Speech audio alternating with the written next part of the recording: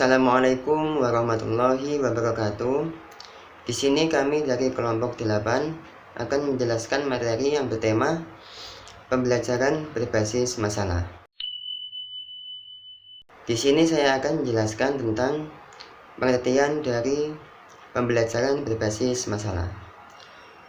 Pembelajaran berbasis masalah atau problem based learning yaitu suatu model pembelajaran yang mengacu kepada pembelajaran kontekstual.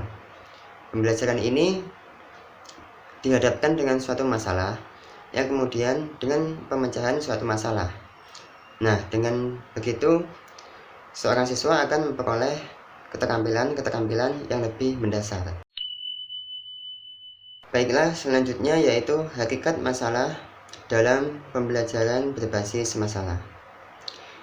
Hakikat masalah dalam pembelajaran berbasis masalah yaitu ketidakseimbangan antara kenyataan dengan hal yang diharapkan.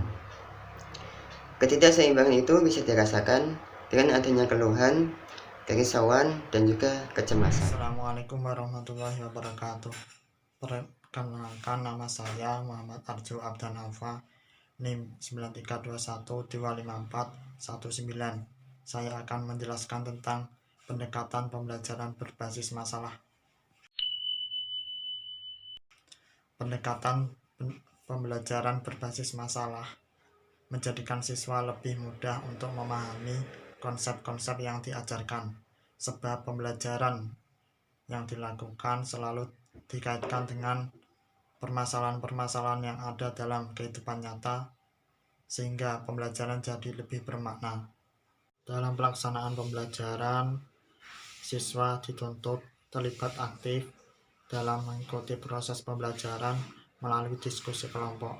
Dalam aplikasinya, pembelajaran berbasis masalah membutuhkan kesiapan guru dan siswa untuk bisa berkolaborasi dalam memecahkan setiap masalah yang diangkat.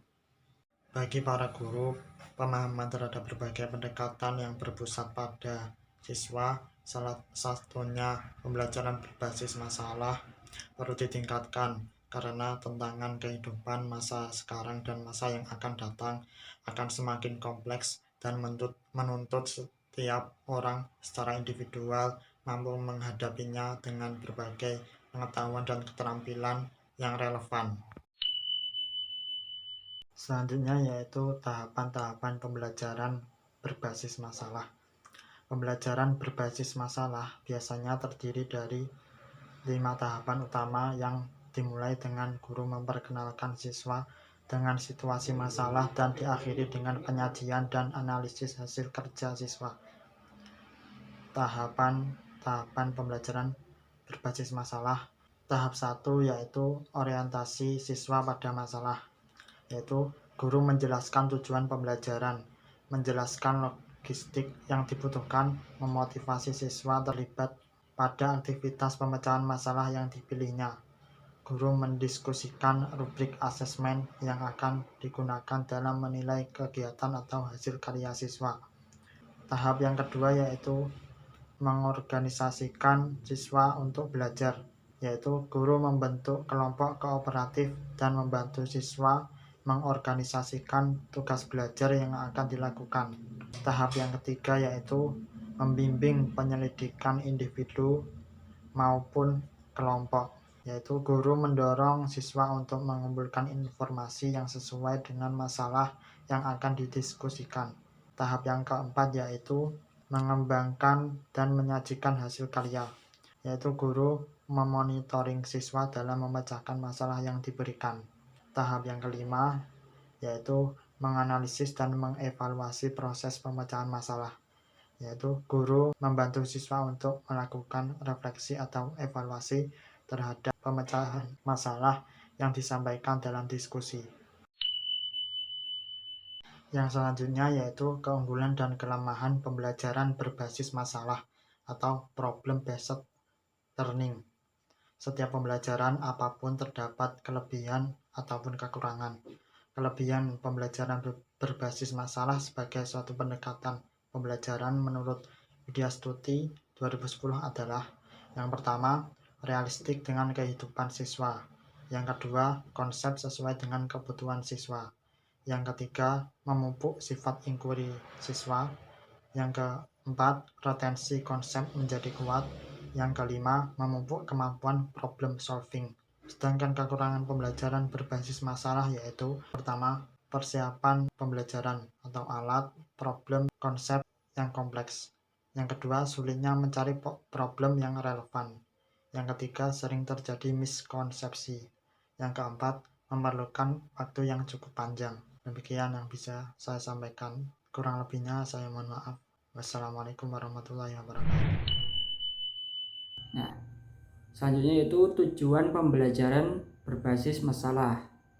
Yang pertama yaitu membuat siswa mengembangkan keterampilan berpikir dan keterampilan memecahkan masalah. Selanjutnya yaitu mengembangkan pemikiran kritis dan keterampilan kreatif. Yang ketiga, meningkatkan motivasi belajar siswa. Dan yang terakhir, membantu siswa belajar untuk mentransfer pengetahuan dengan situasi baru. Nah, kemudian manfaat PBM. Yang pertama yaitu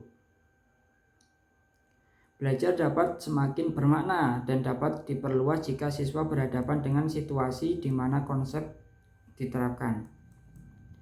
Dan yang kedua, siswa mengintegrasikan pengetahuan dan keterampilan secara simultan dan mengaplikasikannya dalam konteks yang relevan.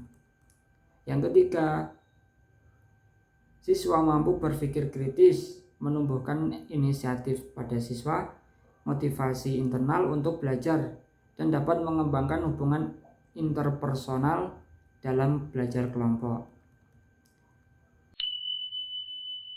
Yang selanjutnya yaitu langkah-langkah model pembelajaran berbasis masalah. Yang pertama yaitu mengorganisasi siswa untuk siswa. Selanjutnya membimbing pengalaman individu atau kelompok. Selanjutnya yaitu mengembangkan dan menyajikan hasil karya siswa.